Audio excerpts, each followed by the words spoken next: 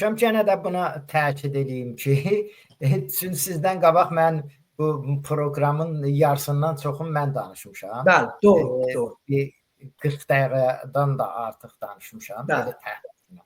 Onun üçün dostlar, bu beduni müqəddəmə deyil. Yəni bunun bir başlanışı vardı bu hərəkətin. Azərbaycanda ümumi bizim ən həssas və ən yaralı yerimizdir də. Məsələn, ona görə ki, həmişə hücuma məruz qalan bir bölgədir. Bizim bir dənə mövzumuz oldu. O da bu idi ki, seçkilər ki, parlamentə getdi. O seçkilərdə çox belə bizim qalmaqal və hakimiyyətin də siyasəti bundan ibarət idi ki, orada kütləri çıxarsın. Yəni ev elən adamlara fəlli cat vermişdi, səlahiyyət vermişdi ki, heç tarixdə sabiqəsi yoxdur. İranda bir nöqtədə bu cür bir iş görərlər, birdən 100 nəfərə gətirərlər, cat verərlər. Nə mənədir, səlahiyyət verərlər ki, və orada bir dənə bizim uğursuzluğumuz oldu və o uğursuzluq bais oldu ki, biz de yəni biraz da dəstikəm tutduq. Yəni biraz onu çox ciddi saymadı. Heç nə təşkilatlarımız ciddi saydı və nə də millətimiz ciddi məsələyə baxdılar ki, bax burada çox ciddi məsələ.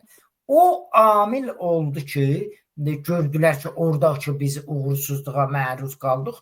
Gördülər nə qədər cadın hücumu oldu. Məxsusən o Simitkovun nəvəsi orada nə cür ifadələr işlətmək və ondan sonra orada kürdizə eləməyin prosesi, ondan sonra Ustandarıda onların hərəkətləri, planları bu millətə təsir qoydu. Və bu günləri həmin təsirin nəticəsini bu günləri görürük ki, millət bu qərara gəlibdir ki, biz kənarda qalmalı deyirik, biz haşiyyədə qalmalı deyirik və bu günləri öz fikrimizi, öz düşüncəmizi, öz türkçülüyümüzü, öz hüviyyətimizi ortaya qoymalıyıq. Bizi sel aparır.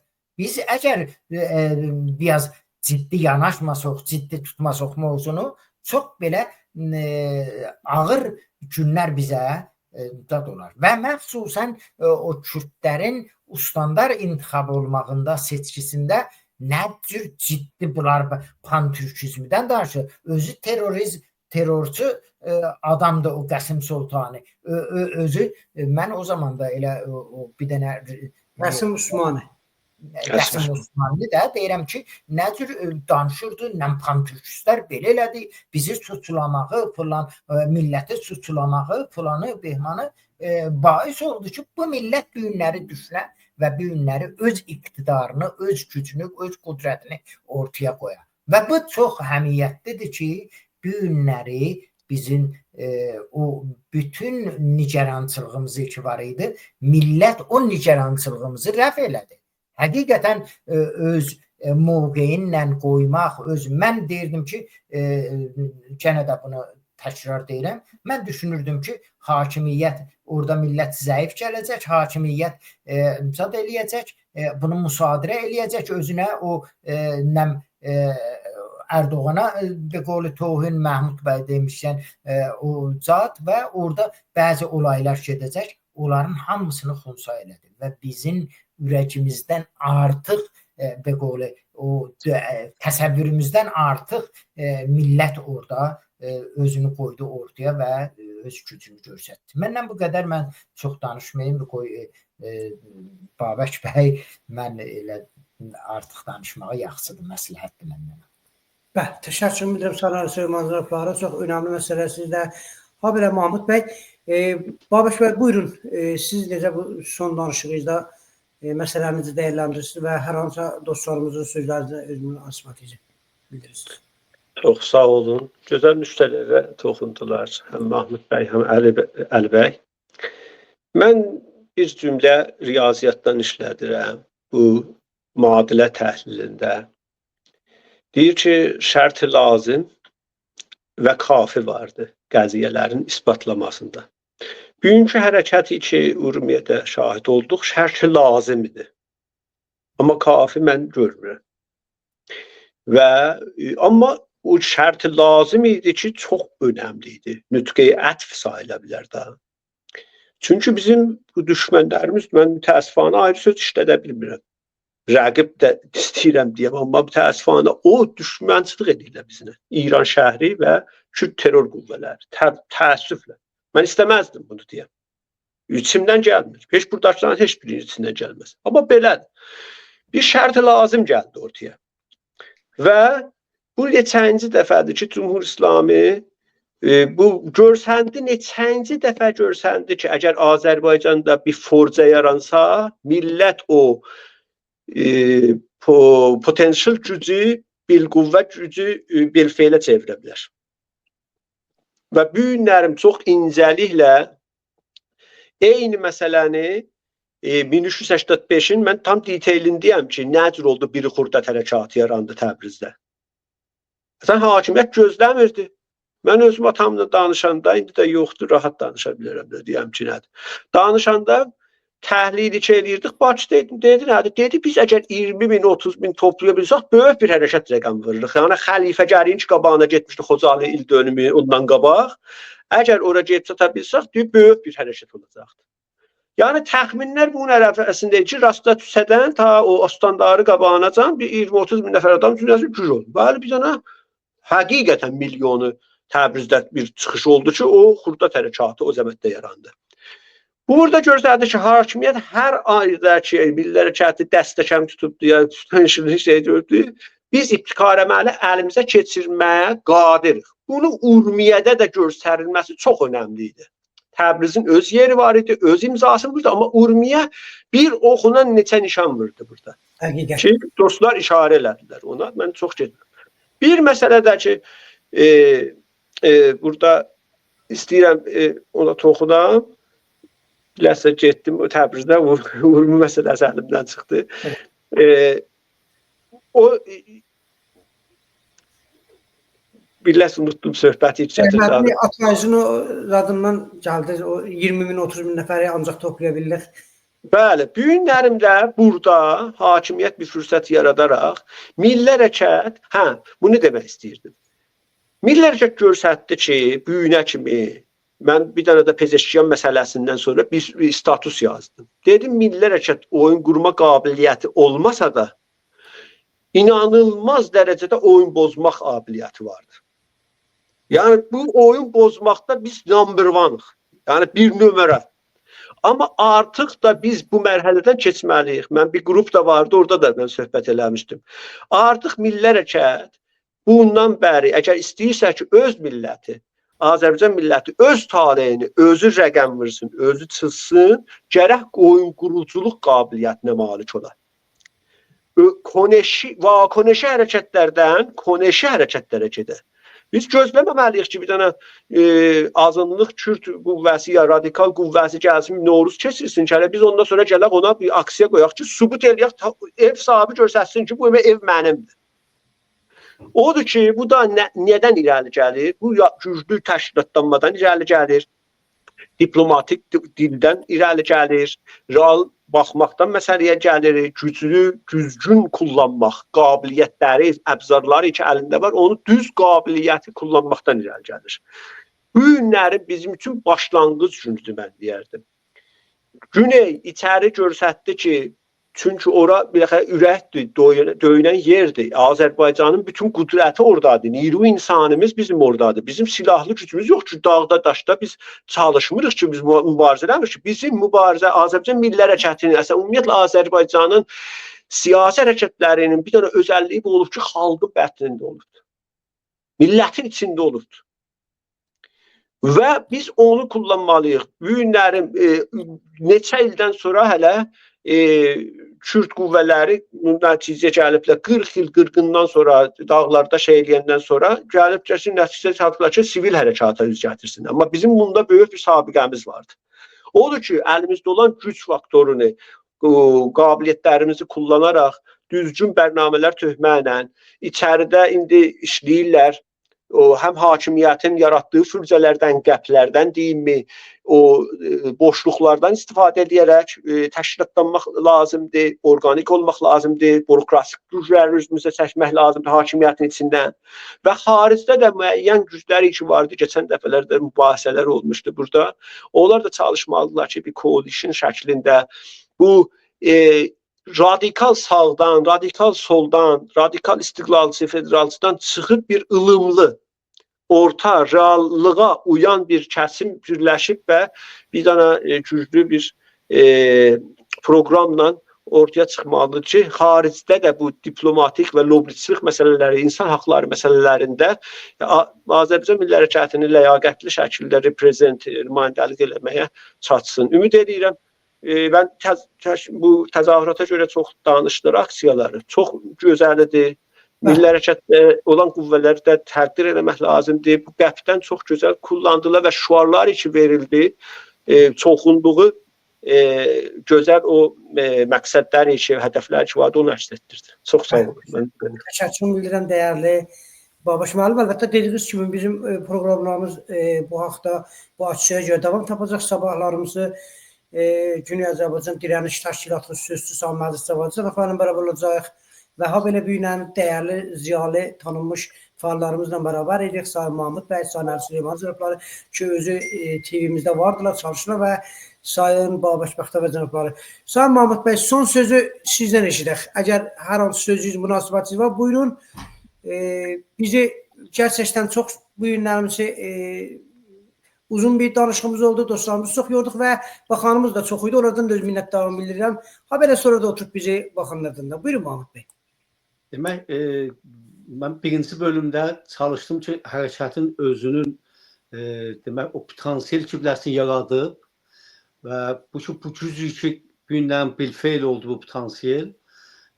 Beləliklə, onun etkisinin İran şəhəri cərəyana, kütlə qüvvələrinə və bölgədə Türk dünyası və demək, böyük güclərə ki, çalışırlar İranın gələcəyi ilə bağlı addım atalar.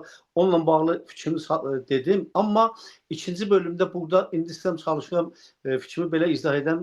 Bu məsələ ilə bağlı ki, demək, bu hərəkət ki, bu günlərin yüz minlər demək, ümumiyyədə bu hərəkət oldu. Bunun etkisi Azərbaycan Milli Hərəkatının fəallarına ki, bu hərəkətə nə kimi yön veriblər və bu şüarların üstündə işlədiblər və bu hərəkət müəyyən bir ideolojiya, müəyyən bir düşüncəyə, bu ki, elə birdən deyir, azadlıq, ədalət, milli hökumət, bu manifesti, bu strateji şüarı deməsinə varıb, buna etkisi nədir? Bu hərəkətin etkisi olacaqdır.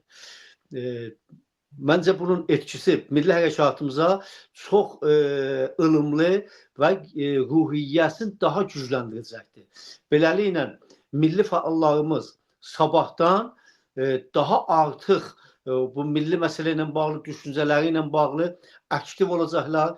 Niyə ki, bildilər ki, indiyə kimi nə qədər fəaliyyət edirdilər, özünü o cür xiyabanda, bu cür 100 min hərəkətdə göstərə bilmirdi. Amma bilirdilər, vardılar, traktor massında göstərə bilirdi. Amma o cür xiyabana çıxmamışdılar.